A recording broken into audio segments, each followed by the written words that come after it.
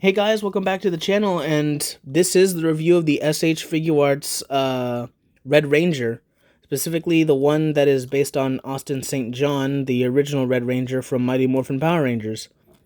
Now, if you guys don't know the history of Power Rangers, basically the series of the original was based on a Japanese Sentai series called Zoo Ranger, which had to do with a bunch of, prehistoric animals. And when it came here, it kind of blew up and carved its kind of own identity, uh, separate from Sentai, and pretty much has become kind of a cultural phenomenon in the same vein as, I'd say, Ninja Turtles, maybe a little less than Ninja Turtles.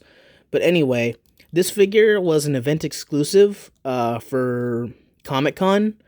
I got this at the San Diego Comic Con, which I go to every year, to find new figures and just generally have a good time.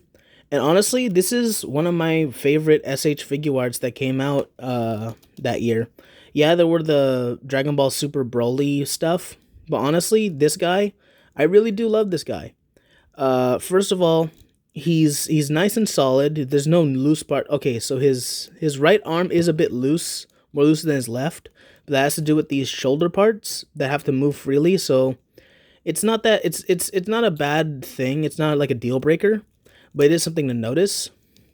Other than that, he's really solid. He's got really nice joints. He got really nice articulation, nice detail. The detail in his face is like where this kind of shines in his detailing.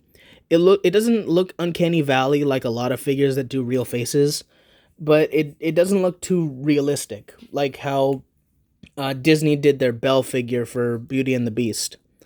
But anyway, this guy also comes with a good amount of accessories, a decent amount, in fact. Let's go ahead and look at some of them now. He's got his open hands right here. This is how he holds his weapons, but we'll get to those in a minute. He's got closed fists right here, as you can see. There we go. And see, they're closed fists. Nothing can fit in them. These are used for for punching poses. He's got raptor claws, which were a staple pose of the character in both the Power Rangers and the Sentai show. He has these right here, which does a unique thing that I will show you in a minute after I'm done with the weapons, and I show you the helmet. Yeah, again, I'll show you guys. And these are little holdy hands. These are a little more tight than the hands that he has on right now, which are for his gun and the different forms of the gun. Here we have his little blaster gun, like I said before. It's really nice and detailed. Got nice color to it.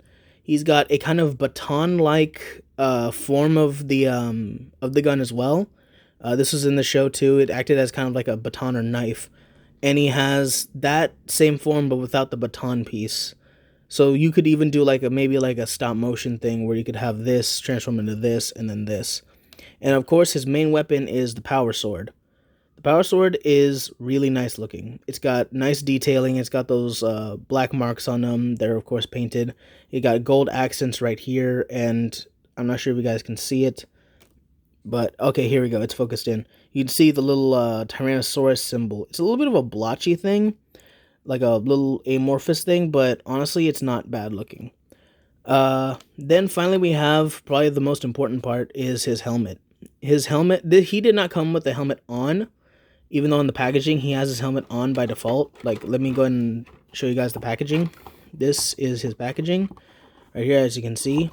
Here is, the back, and there's a little preview of like what he can do with those hands. Speaking of, let's get into that. This is one of my favorite features of the figure, which is his holding hands for his helmet. Let's snap that on. Okay, so another compliment I have to give is that his hands are really easy to put on. That's something people may take for granted, but it is honestly a really good feature. So here's what you have to do. It's a bit of a convoluted thing, but you should probably pose him before you put the helmet underneath his arm. So let's go ahead and just have this kind of pose right here. There we go.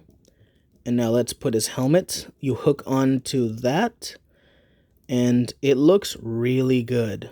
That is a great pose. That's not great, though. Okay, let's go ahead and just put that here.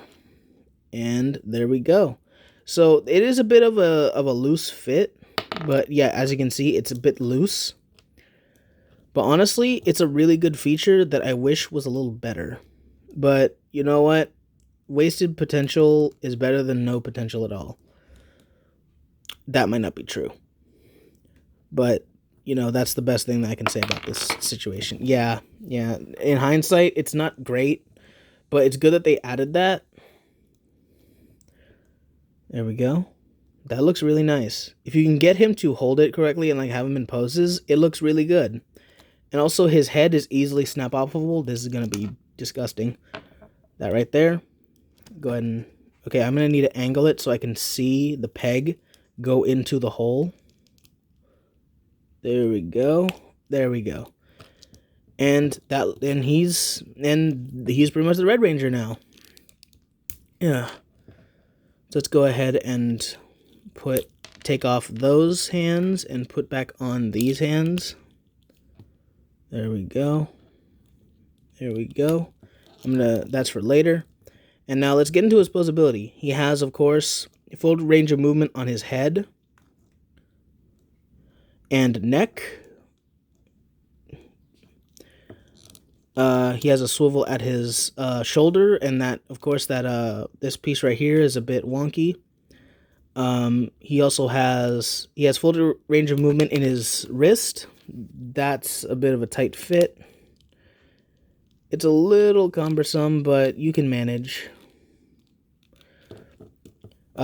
He doesn't crunch too far, but he has a good arch back, and he has a swivel at his waist. And this belt is actually an individual piece. It's not part of the torso or anything, which is nice. His legs can extend like this to give more range of movement, but also it makes him a little more unstable. He has a nice bend. He's got a nice front kick, of course, because Power Rangers need to kick. Let's get to his feet. He has nice range of movement on his feet, and he can ankle pivot, and he has a toe bend. All this figure, it's an SH Figuarts, so I wouldn't expect anything less, but this figure does have impressive posability nonetheless. And honestly, my closing thoughts is, if you're a Power Rangers fan, you should definitely get this. I have no idea what the price is online. I'll put it in the description, but this guy is definitely worth it if you want to like flesh out your Power Rangers collection. And this is pretty much SH Figuarts kind of acknowledging that Power Rangers exist instead of doing Sentai stuff. They gave us this. Again, this was a con exclusive, so I'm not sure how much it goes out for online. But yeah, this figure is definitely great, and I recommend it to anybody who is a Power Rangers fan.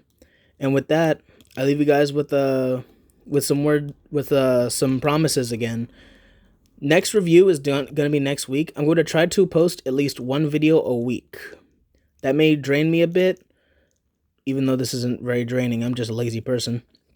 But honestly, I'm going to try and put more effort into this channel and see it grow and thrive. I've kind of decided to like have YouTube be kind of my outlet, and if I can make this into a weekly thing, that'd be great. So anyway, guys, I hope you guys look forward to the next video, and I'll see you later.